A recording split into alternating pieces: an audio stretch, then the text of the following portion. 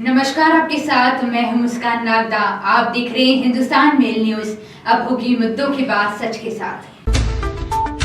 अपने वेतन की मांग को लेकर पिछले लंबे समय से यूडीएच कर्मचारी परेशान हो रहे हैं, जिससे नाराज शनिवार को सैकड़ों ऑक्सीजन में कार्यरत कर्मचारियों ने हड़ताल कर दी है, जिससे अस्पताल के ऑक्सीजन डिपार्टमेंट में परेशानी आ रही है। वहीं कर्मचारियों का कहना है कि मार्च माह से सभी कर्मचारी संबंधित अधिकारी को अपनी मांगों से अवगत करा चुके हैं, बावजूद इसके उनकी मांगों को नजरअंदाज किया जा रहा है। ऑक्सीजन प्लांट में काम करने वाले टेक्नीशियन का कहना है कि फिलहाल एमवाई ट्रामा सेंटर में 1.5 घंटे ऑक्सीजन और चल पाएगा, उसके बाद हमारी कोई जवाबदारी नहीं रहेगी। हम 3 दिवसीय हड़ताल पर चले गए हैं। दरअसल अपने रुके हुए वेतन की मांग को लेकर कर्मचारी हड़ताल पर सीएमएचओ कार्यालय और संबंधित अधिकारियों को सूचित करने के बाद भी उनकी मांगों को सुना नहीं गया, जिससे नाराज एमवाई के ऑक्सीजन टेक्नीशियन कर्मचारियों ने एचआर श्याम शर्मा को चाबी जमा कर दी है। ऑक्सीजन डिपार्टमेंट में एमवाई में काम करता हूँ। फिलहाल की कंडीशन में इमरजेंसी ट्रामा सेंटर में 1.5 घंटे ऑक्सीजन और चल पाएगा। उसके बाद हमारी कोई जवाबदारी नहीं। हम 3 दिन से स्ट्राइक पे हैं, 2 दिन से चला रहे हैं। अभी तक हमारी कोई मांग पूरी नहीं हुई, ना कोई हमसे बात करने आया है। तनख्वाह की किस तरह की समस्या है आप? सर महीने की वही 2 महीने की सर, और एक बोनस। हाँ, और इससे एक मतलब मार्च से हमारा एक रेगुलर चल ही रहा है। 1 महीने के रोक के देते हैं, फिर देते हैं, रोक के देते हैं, फिर देते हैं। हम इस समस्या से बहुत घटित हो गए हैं और बहुत परेशान हो चुके हैं। इधर कौन कौन से अधिकारी से मिले आप चाबी लेकर रहे थे? सर हम पहले गए थे सीएमओ ऑफिस, फिर गए हम सुप्रीटेंडेंट ऑफिस, फिर गए हमारी खुद के ऑफिस में। तीनों जगह चाबी, फिर लास्ट में हमारे अधिकारी के वहाँ चाबी, अधिकारी तो था नहीं, उनके एचआर को हम चाबी जमा करके आ चुके हैं। कौन है एचआर जिसको आपने श्याम शर्मा को चाबी जमा कर दी है। आपके सर ऐसा है, जनवरी से तनख्वाह नहीं आ रही है हमारी। इसके पहले भी नहीं आई थी, पिछले मार्च से। तो बीच बीच में 1-2 बार और करी गई थी हड़ताल, तो आई थी। और अभी भी 2 महीने की और प्लस एक बोनस है जो अभी नहीं दिया गया। और कोई भी अधिकारी कोई बोलने को कुछ तैयार नहीं है। डीन साहब से भी गए थे, बात करी थी। डीन साहब बोल रहे हैं कि अब आपका वाउचर नहीं आता, हम कैसे बनाएं, क्या करें। तो सर सबके वहाँ समस्या है, सब किराए से रह रहे हैं, किराया भी देना है, घर पे राशन भी भरवाना है, सारी समस्या है। ये हमेशा की समस्या है आप? ये हमेशा की समस्या, ये पिछले साल से साल भर होने वाला है। ये मार्च से ऐसी समस्या चली आ रही है, 2-3 महीने लेट होती है। किस कंपनी के थ्रू आप लोग यहाँ पर? सर यूडीएस के थ्रू है, अपडेटेड सर्विस। ये आपने अभी चाबी जमा की है, कौन से डिपार्टमेंट की चाबी? ये सर ऑक्सीजन डिपार्टमेंट की चाबी है, जो सुपरवाइजर को जो यहाँ पे लाया, सुपरवाइजर को अवगत करा के यहाँ पे दी गई है। इंदौर के जाल सभागृह में एनीमिया मुक्त भारत अभियान की समीक्षा बैठक संपन्न हुई। बैठक में इंदौर संभाग के सभी स्वास्थ्य अधिकारी शामिल हुए। संभागीय क्षेत्रीय संचालक ने एनीमिया की वार्षिक रिपोर्ट पर सभी जिलों की समीक्षा बैठक ली। देश में लगातार बच्चों में एनीमिया के बढ़ते मामले सामने आने के बाद केंद्र सरकार के द्वारा एनीमिया मुक्त भारत अभियान चलाया जा रहा है।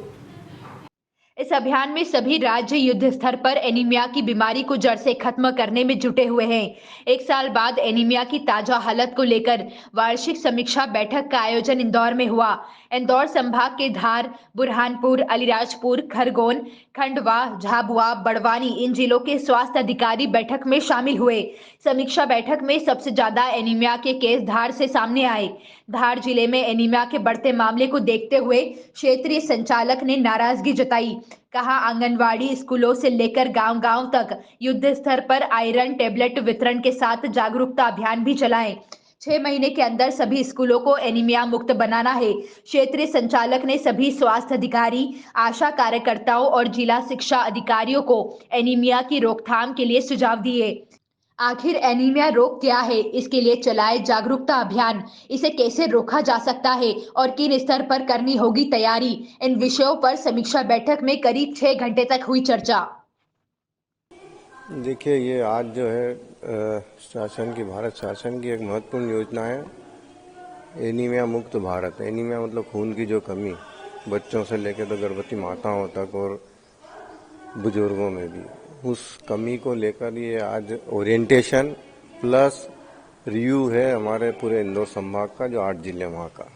इस बारे में जो है संभाग स्तरीय बैठक आज यहाँ पर की गई है, जिसमें एक्शन एविडेंस एक्शन एक हमारे डेवलपमेंटल पार्टनर हैं। एम्स से भी कुछ लोग आए हैं यहाँ पर, भोपाल एम्स से, और कुछ लोग हमारे NHM से कंसल्टेंट हैं, वो भी आए हैं। और इस बारे में आज सुबह से शाम तक जो है चर्चा की जाएगी कि संभाग में क्या क्या गैप्स हैं, क्या क्या कमियां हैं, रिपोर्टिंग को लेकर, दवाइयों के स्टॉक को लेकर, दवाइयों की सप्लाई को लेकर, दवाइयों के डिस्ट्रीब्यूशन को लेकर, जो आयरन की गोली है उनको लेकर यहाँ चर्चा की जाएगी आज।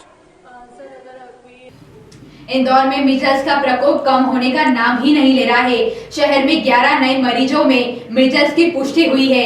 इसके साथ ही अब तक मीजल्स के 31 और रूबेला का एक मामला सामने आया है, जबकि प्रभावित इलाकों के साथ ही कुछ नए क्षेत्रों में भी मरीजों की पुष्टि हो रही है। राहत की बात यह है कि इनमें से ज्यादातर को या तो मिजल्स का टीका ही नहीं लगाया गया या 2 के स्थान पर सिर्फ एक ही टीका लगाया गया है। फिलहाल स्वास्थ्य विभाग सर्वे मरीजों के उपचार के साथ ही विटामिन ए की गोलियां दे रही है। जिला टीकाकरण अधिकारी डॉक्टर तरुण गुप्ता का कहना है कि स्वास्थ्य विभाग अब तक 5000 से ज्यादा घरों का सर्वे कर चुका है। इनमें 400 से ज्यादा ऐसे बच्चे मिले हैं जिन्हें अब तक मिजल्स का टीका ही नहीं लगा। इनमें से 375 को टीका लगाया गया है। साथ ही बच्चों को खून बढ़ाने वाली विटामिन ए की खुराक भी दी जा रही है। जी, जैसे आपको पता है कि पिछले कुछ दिनों में हमारे पास खसरा के केसेस आए थे। उन क्षेत्रों पर लगातार स्वास्थ्य विभाग की जो टीम है वो भ्रमण कर रही है और संदिग्ध जितने भी लक्षण वाले बच्चे हैं या उसके संपर्क में आए हुए बच्चों की टेस्टिंग की जा रही है। इसके अलावा हमारी जो सर्विलेंस एक्टिविटी होती है जिसमें कि बुखार और लाल दाने वाले बच्चों को चिन्हित किया जाता है, उनकी टेस्टिंग की जाती है। तो कल आई रिपोर्ट में 11 बच्चे और पॉजिटिव आए हैं, जिसमें कि मीजल्स पॉजिटिव आया है। इन बच्चों को भी चिन्हित कर लिया गया है। इन क्षेत्रों में लगातार सर्वे जारी है। अभी तक 5000 घरों में सर्वे किया जा चुका है, जिसमें कि करीब 400 बच्चे ऐसे निकले हैं जिन्होंने अभी तक टीका नहीं लगवाया था। उसमें से करीब 375 बच्चों को टीका लगा दिया गया है।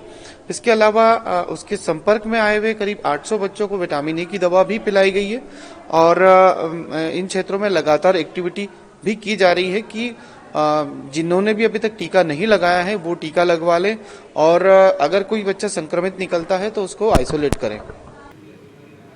संस्था सृजन द्वारा विगत 18 वर्षों से फाग महोत्सव का आयोजन किया जा रहा है। संस्था सृजन द्वारा 10 दिवसीय फाग महोत्सव के दूसरे दिन संगम नगर स्थित श्री राम मंदिर में आयोजित किया गया।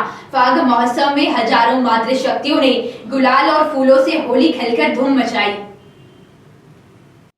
संस्था सृजन अध्यक्ष कमलेश खंडेलवाल ने बताया कि संस्था से जुड़ी 50,000 मातृशक्ति उनके क्षेत्र में फाग महोत्सव का आनंद लेती है। आयोजन के दूसरे दिन मातृशक्ति का उत्साह देखते ही बन रहा था। पूरा संगम नगर में मातृशक्ति से सरोवर होकर मथुरा, वृंदावन, गोकुल के माहौल की होली याद दिला रहा था। प्रमुख मातृशक्ति और पुरुष कार्यकर्ताओं ने फाग उत्सव का संचालन किया। फाग में शामिल महिलाओं द्वारा गुलाल और फूलों की होली खेली गई। कार्यक्रम पश्चात कार्यक्रम में सहभागिता करने वाली महिलाओं के लिए महाप्रसादी की व्यवस्था की गई। फाग उत्सव के दौरान शहर और देश के प्रसिद्ध भजन गायकों द्वारा फाग में से जुड़ी प्रस्तुति पेश की गई। कार्यक्रम से हजारों किलो फूल और गुलाल से मातृशक्ति ने धूम मचाई। पूरा संगम नगर क्षेत्र फूल और गुलाल से सरोवर हो गया। कार्यक्रम के दौरान संस्था द्वारा सहभागिता पास के माध्यम से लकी ड्रॉ द्वारा इनाम खोले गए। इसमें पुस्तक सामग्री सहित सैकड़ों आकर्षक इनाम वितरित किए गए।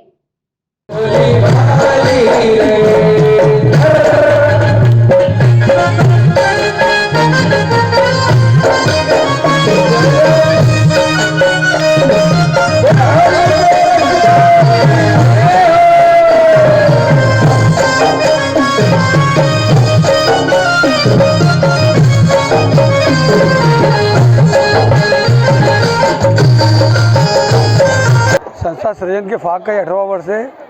हम लोगों ने प्रयास किया था कि इंदौर में जो फाग मंदिरों में होता है उसको मंदिर की जगह बड़े बड़े स्थानों पर लाकर वो मातृशक्ति को एक साथ फाग के लिए आमंत्रित करना है। 18 वर्ष पूर्व जो शुरुआत हुई थी, आज इस बात की प्रसन्नता कि इस शुरुआत ने एक विशाल स्वरूप ले लिया है और 10 दिन तक पूरे पश्चिम क्षेत्र में स्थान स्थान पर फाग होता है और आप देख रहे हैं कि हजारों की संख्या में मातृशक्ति आती है, झूमती है और नाचते गाते इस फाग में शामिल होती है। इंदौर के सिमरोल क्षेत्र में स्थित बीएम कॉलेज की प्राचार्य विमुक्ता शर्मा की 6 दिनों तक हॉस्पिटल में चले इलाज के दौरान मौत हो गई, जिसमें पुलिस ने पूरे मामले में हत्या की धारा बढ़ाते हुए एसआईटी का गठन किया है और इसी के साथ न्यायालय में फास्ट ट्रैक कोर्ट में प्रकरण को चलाने के लिए पुलिस द्वारा आकर रेफर भी किया जाएगा ताकि आरोपी को जल्द सजा मिल सके।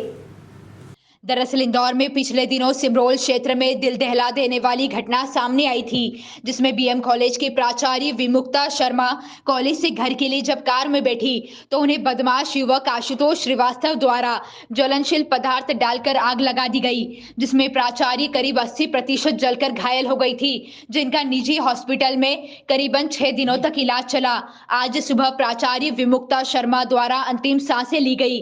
प्राचार्य की अंतिम यात्रा में कई समाज सम्मिलित हुए तो वहीं उनकी बेटी द्वारा उन्हें नम आंखों से कांधा देकर विदा करने के साथ ही बेटी दिव्यांशी द्वारा मुखाग्नि दी गई है। सिमरोल वाले प्रकरण में प्रोफेसर मैडम की जो है प्रिंसिपल मैडम की मृत्यु हो गई, ये बड़ा दुखद समाचार है।